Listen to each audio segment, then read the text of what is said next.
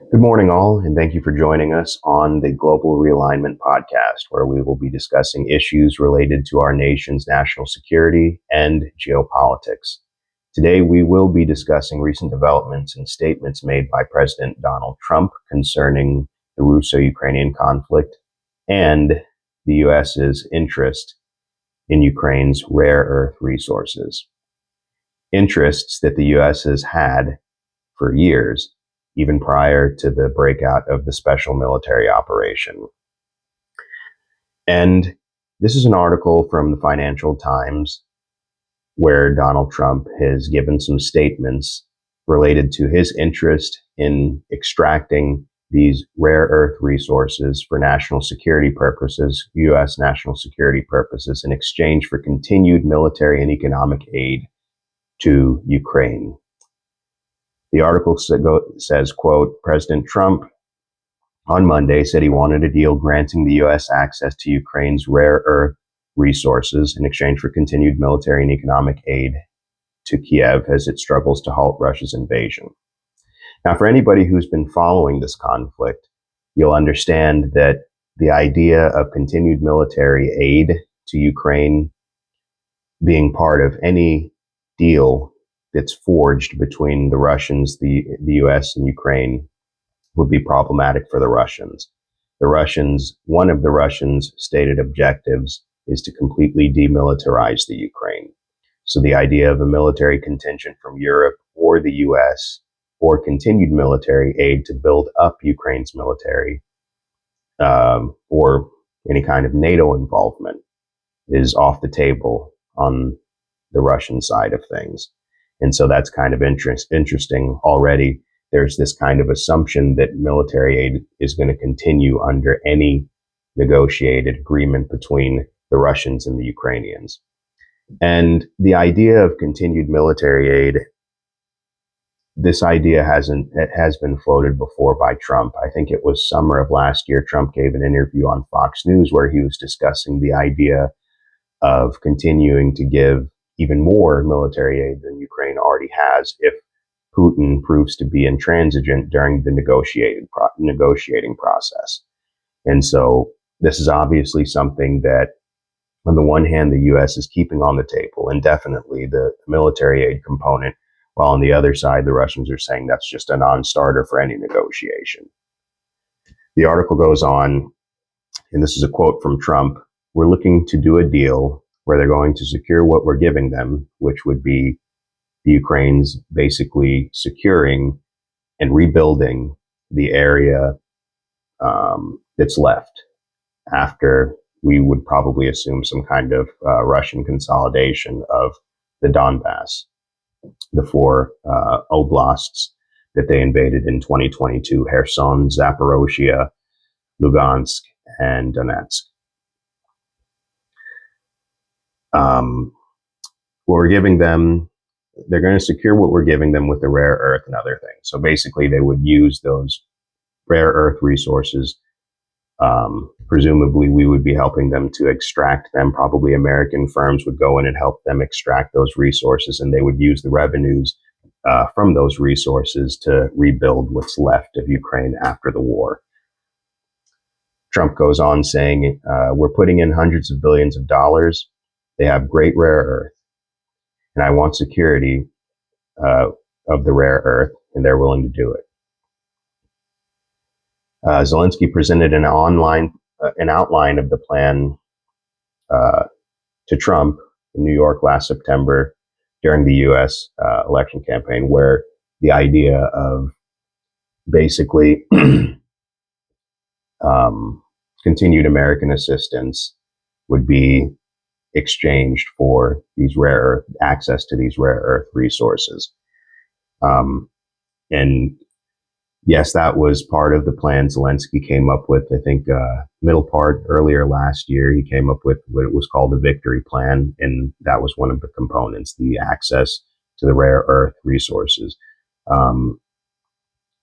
Lindsey Graham was one of the biggest touters of this Victory Plan that Zelensky had presented.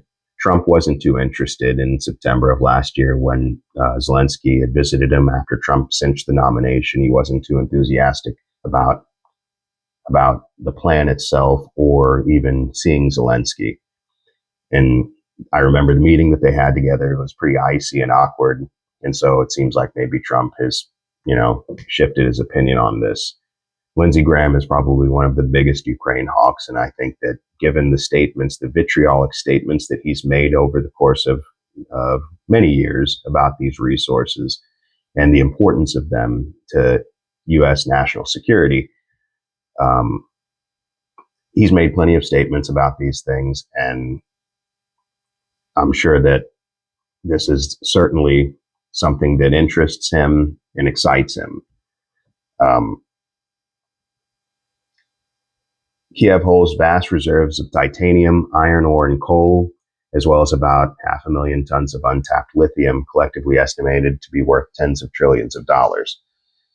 Lithium, definitely a key component in, the electric cars and the green transition. You have a lot of, you have, someone like Elon Musk running Doge right now. I'm sure that he'd be interested in securing some of that lithium.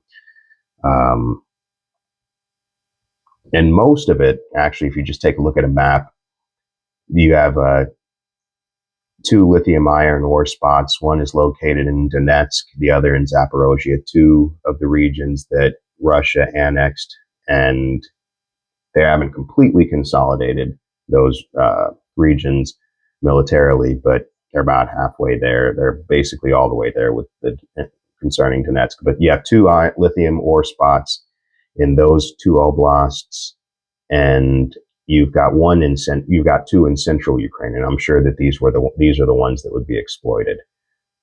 Many of the natural resources, the rare earth resources, are located on the eastern part of Ukraine in the four oblasts that Russia has annexed. And one of the oblasts that I don't believe that Russia is planning on annexing, Dnipropetrovsk, is also home to many of these resources. On the western side of Ukraine, you don't have an abundance in these rare earth minerals, but it's mostly on the eastern and central part of Ukraine. And as I just said, some of these resources, the article goes on, some of these resources are at risk of being lost to Russia's advancing forces in Ukraine's east, or have already fallen under Russian occupation. And Trump goes on saying, we made a lot of progress on Russia, Ukraine. Trump said on Monday, we'll wait and see what happens. We're going to stop this ridiculous war. Likely a lot of back channel negotiations happening right now that we're not seeing, and probably won't get any kind of transparency about what's actually being discussed, particularly when it comes to Keith Kellogg, Trump's envoy for the Russo-Ukraine war. So we'll see what happens. Trump has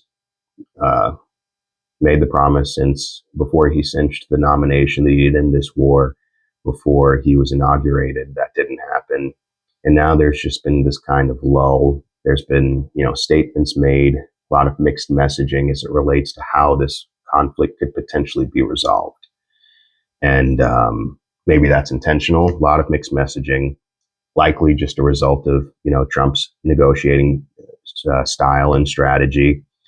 And also, I think that a lot of the mixed messaging, when it comes down to these statements that have been made, statements, by the way, not just these statements, but statements that have been made over the past couple of months by Trump and his team that have, in some cases, antagonized or praised both Russia and Ukraine.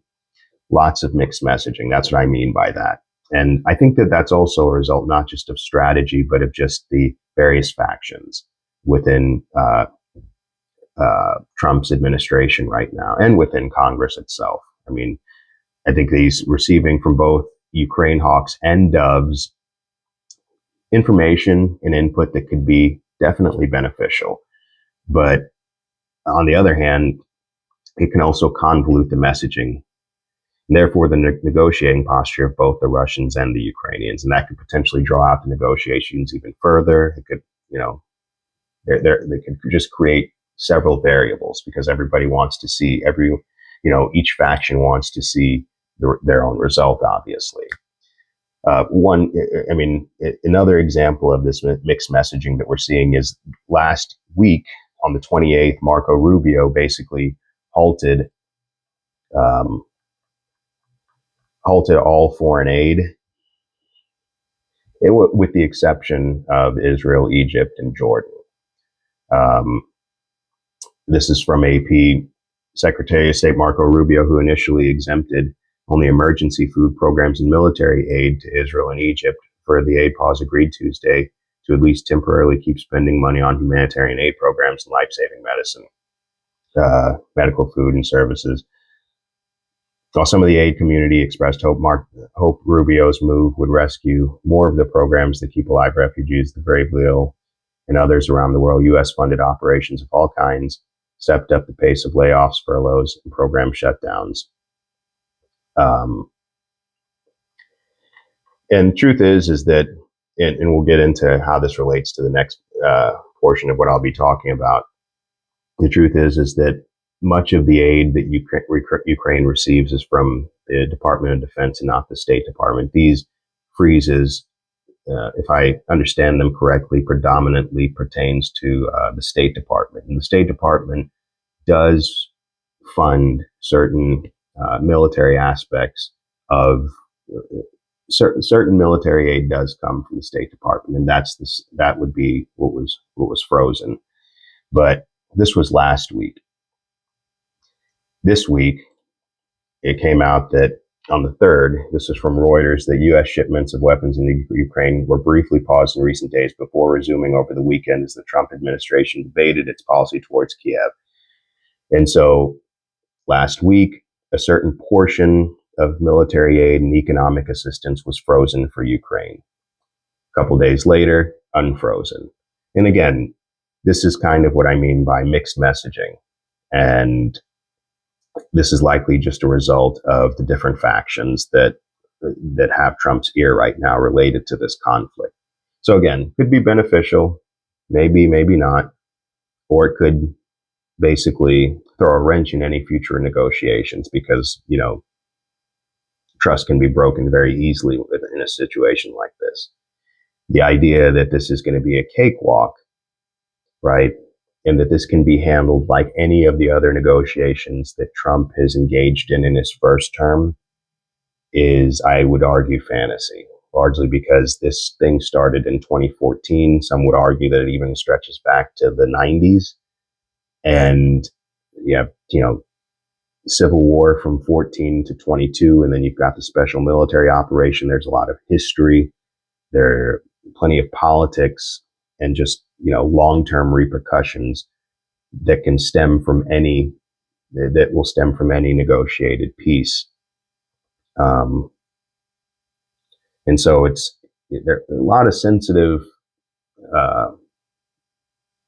monumental and crucial components to resolving this conflict. And just when I see the way, again, the signaling right now that the Trump administration is giving to the contenders, the Ukrainians and the Russians, I just hope that this history that, even you think the history that Tucker Carlson had to sit through when he was listening to Putin for 30 minutes go on about Russian history, I would just hope that at least recent history is something that Trump is taking into consideration when going into these negotiations, right? It could be a very long process. It's not going to be, and perhaps the best that he can hope to achieve is a cold peace, right?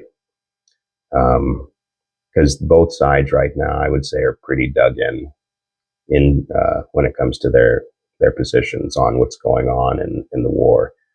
And so we'll just have to see what happens. But that is it for our first podcast. And hopefully we'll see everyone soon again. And thanks for joining us.